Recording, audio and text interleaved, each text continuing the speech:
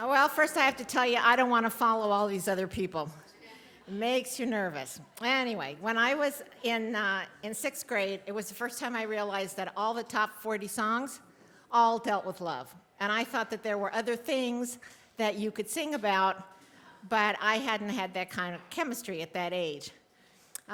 When things went on in my life, I was a sick kid and spent a lot of time in the hospital. So when I got done with school, it was what I was going to do. And for me, the only thing that made sense was to go work in a hospital because it was where I felt the safest. So there was a new profession coming out at the time, and it was called nuclear diagnostic medicine. And so I signed up for that. And there were no college courses, which kind of made me happy because I was never much of a groupie, so I didn't want to go to college anyway. But you had to work for 4 years under a physicist, not under, don't take that euphemistically. I had to work for a physicist for 4 years, and then we could take our boards, and we were certified. And at the time, there weren't very many of us. So not only did we make a lot of money, we got hazard pay. And because none of us were smart enough to realize what radiation was. So we deserved hazard pay. I worked for a hospital in New York City, and I was from Denver, and I really was kind of a yokel. I mean, Denver was a small town when I was growing up, and so they tell me after my first week at the hospital that on Fridays at 5 o'clock every Friday they have liver rounds. So I'm figuring that we're going to go talk about liver patients. And on the penthouse in this hospital, and don't think of penthouse the way you think of penthouse. This was a rambling old, just open air floor. I get up there, and on my way up in the elevator, I can hear the sounds. I can hear everybody laughing. I can hear music. I get up there, and it's just a drunken brawl. And it's every Friday in the hospital.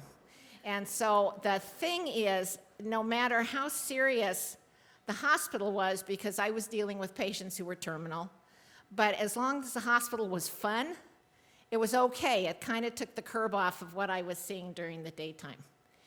My roommate, I've mentioned her here before, she meets a guy from San Luis Obispo. In 3 weeks, they have a romance, they get married, and they're gone, and I lose my apartment in New York because I wasn't on the lease. And she's still here. We're having a reunion in New York this month with old friends. Anyway, so I had no place to live in New York. I'm from Denver. There's no place to go.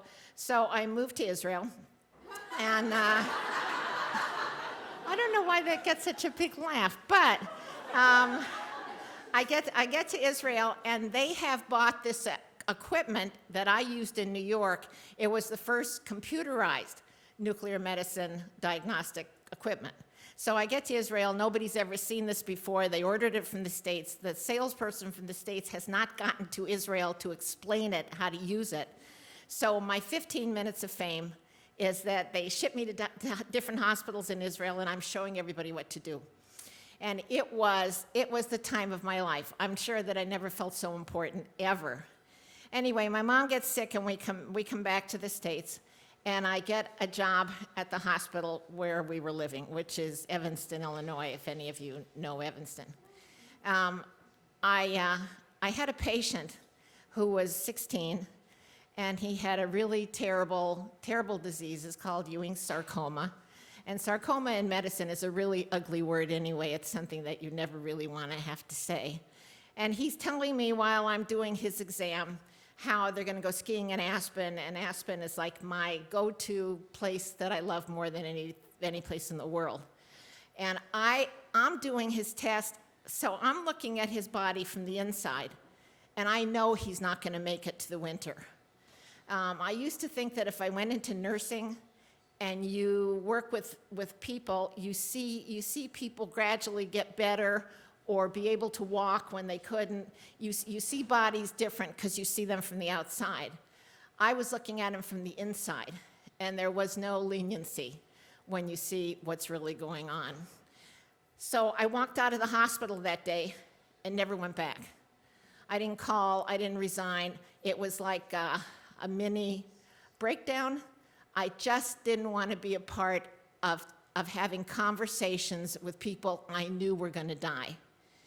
I later went into and got a business degree. And what the business degree has done for me is I no longer talk about death during the day. The business degree let me talk about life.